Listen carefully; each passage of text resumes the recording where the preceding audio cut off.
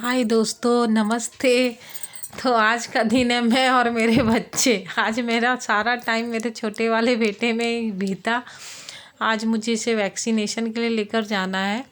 तो ये नाश्ता वास्ता मेरा हो चुका है, बच्चों को भी नाश्ता करवा चुकी हूँ। उसके बाद मैं इन लोगों को मालिश कर रही हूँ। और हर दिन सर्दी का टाइम है तो मैं हर दिन नहीं नहाता है ये। हर दिन वो लोग नहाना भी नहीं चाहते, ठंड लगती है, रोने लगता है ये नहाने के लिए। तो एक दिन गैप करके मैं नहलाती हूँ।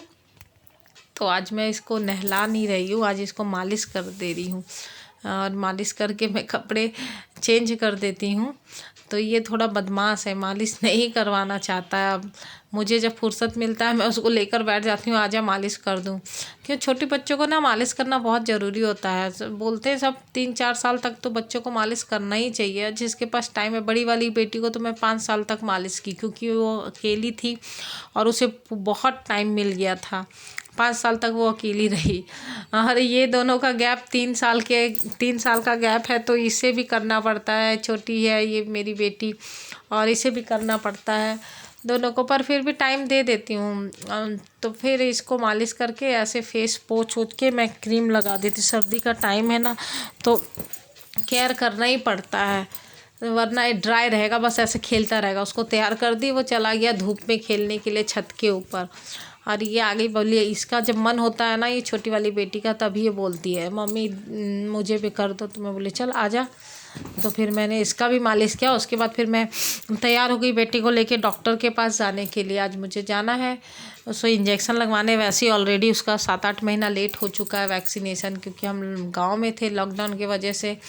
तो यहाँ पे कार्ड वगैरह इसका यहीं था, इसलिए टीका इसे नहीं दिला पाई थी। तो इन दोनों को तैयार करके फिर मैं अपना एक्स्ट्रा काम में लग गई। वो कंप्लीट हुआ तो 1 बजे मैं डॉक्टर के पास घर के से निकली। डॉक्टर 1 बजे से 3 बजे तक बैठते हैं और बहुत ही अच्छे डॉक्टर हैं। तो मैं जब भी बड़ी वाली बेटी को भी वहीं पे लेके जाती थी, और ये मेरे दोनों बच्चे भी वहीं जाते। बहुत अच्छे डॉक्टर है, गोल्ड मेडलिस्ट डॉक्टर है। तो आगे मैं दिखाऊंगी। मैं लेकर गई हूँ, बस ज़्यादा तो वीडियो नहीं शूट कर पाई हूँ।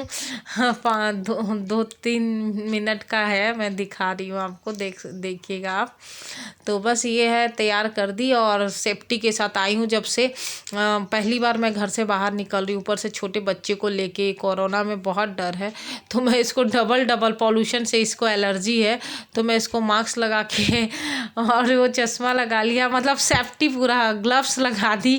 वो सब केयर कर लेता, हटाता नहीं दूसरे बच्चे की तरह। बचपन से इसकी आदत हो गई है, वो लगा के वैसे रहेगा। सैनिटाइज कर दी थी मैं, फिर मैं भी अपना केयर कर ली। और हस्बैंड को टाइम नहीं था, वो बोले तुम लोग द्वारका मोड़ तक आ जाओ, फिर वहाँ से मैं पिकअप कर लूँगा क्लिनिक तक। तो मैं बोली ठीक है। वैसे तो मैं पहले बोल रही थी कि मैं नहीं जाऊँगी रिक्शा वगैरह में, पर उनके पास टाइम नहीं था। बोले रिक्शा बुक करके आना, कोई और नहीं किसी और को नहीं बैठने दे रहा पैसेंजर को। मैं बोली ठीक है। तो बेटे का वैक्सीनेशन कार्ड और सैनिटाइज़र सब कुछ लेकर मैं साथ में निकली हूँ। तो ये मेरे गली के बाहर का है, ये मेन रोड, और इससे भी मेन रोड आएगा। फिर ये हम पूरा निकलेंगे अपने एरिया से, तो वो आ जाएगा द्वारका का रोड, पूरा नजफगढ़ द्वारका का मेन रोड आ जाएगा।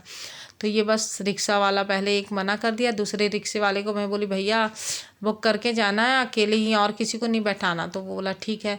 तो सबसे पहले मैं पूरे स्प्रे मारी हूँ रिक्शे में, फिर मेरा बेटा बैठा, फिर मैं बैठी हूँ, फिर मैं उसे सेफली अच्छी तरह से पकड़ ली हूँ और उसके ले जा रही। पर ये रिक्शे वाले ने आगे में भी एक बैठा ही लिया। मैं बोली पैसे नहीं दूंगी, बोला कि मैडम आगे तो बैठा ही सकता हूँ। मैं बोली चलो ठीक है, कोई नहीं। 15 रुपये की जगह वो 50 रुपया मेरा अकेले का ले रहा है। तो मैं बोली कोई नहीं, सेफ्टी तो है। तो अपने बेटे को लेके मैं द्वारका मोड़ पहुँची, फिर वहाँ हस्बैंड मिल गए, वहाँ से फिर वो हमें डॉक्टर के क्लिनिक ले गए।